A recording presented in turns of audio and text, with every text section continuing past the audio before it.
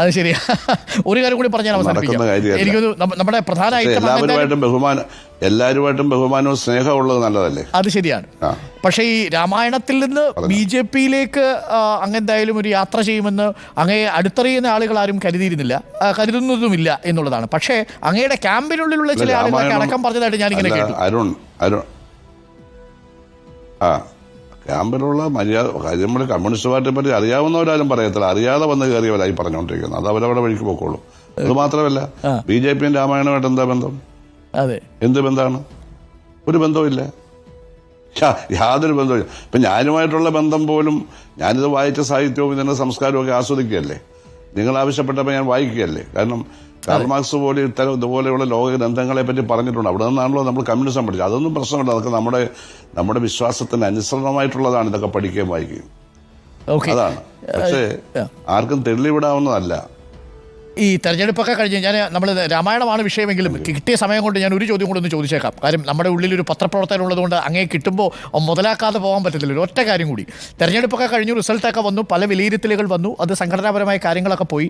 Party ഉണ്ടാവും, ജനമുണ്ടാവില്ല എന്ന് പണ്ട് നമ്മുടെ വിജയമാഷൊക്കെ പറഞ്ഞിരുന്നു. ഈ തെരഞ്ഞെടുപ്പിന് ശേഷവും അങ്ങനെയുള്ള വാക്കുകളൊക്കെ ഇപ്പോൾ നമ്മൾ വീണ്ടും വീണ്ടും കേട്ടു തുടങ്ങുന്നുണ്ട്. പല നേതാക്കളും പറഞ്ഞു തുടങ്ങി അങ്ങനെ.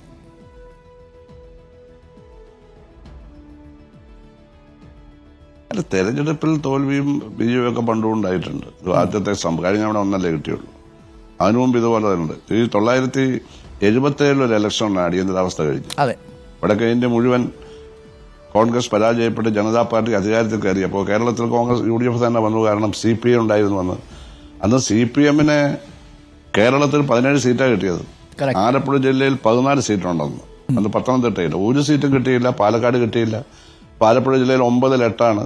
കഴിഞ്ഞ തവണ 9-8. അതിന് മുമ്പ് 9-7 ഇതൊക്കെ മാറ്റമല്ലേ? ഇതൊക്കെ തിരിച്ചു വരും.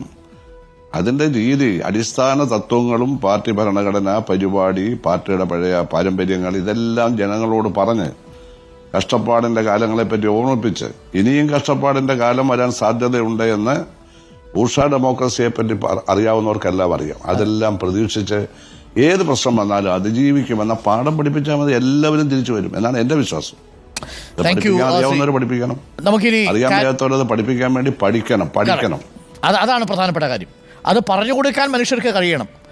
വിനോയ് വിശ്വം നേരത്തെ പറഞ്ഞ പോലെ ചെങ്കൊടിത്തണലിൽ കൊട്ടേഷൻ വളരുന്നൊരു സംഘം ഒരു ഭാഗത്തുണ്ട്. അവരൊന്നും പാർട്ടിയുടെ അടിസ്ഥാന ഘടകങ്ങൾ അല്ലെങ്കിൽ പോലും അല്ലെങ്കിൽ തക്കം പാർത്തിരിപ്പുണ്ട് റാഞ്ചിക്കൊണ്ടുപോകാൻ. ചെങ്കൊടി എടുത്ത് അവരുടെ തലയിൽ കയ്യിലാരും കൊടുത്തല്ല, അവർ സ്വയം ഏറ്റങ്ങ് പിടിക്കുന്നതാണ്. പിന്നെ അവരെയൊക്കെ മനസ്സിലാക്കാതെ അവരെയൊക്കെ ആദരിക്കാൻ നടക്കുന്നവർ സ്വയം ചിന്തിച്ചാൽ മതി. ഒന്നും കമ്മ്യൂണിസ്റ്റ് പാർട്ടിയുടെ പരിപാടിയുടെ ഭാഗമൊന്നുമാണെന്ന് ഞാൻ വിശ്വസിക്കുന്നത്. ഞങ്ങളാരും ചെയ്തിട്ടില്ല. ശരി, ഉത്തരവാദിത്തപ്പെട്ട ആരും ചെയ്തായിട്ട് ഞാൻ കണ്ടിട്ടില്ല. അതൊക്കെ പോട്ടെ.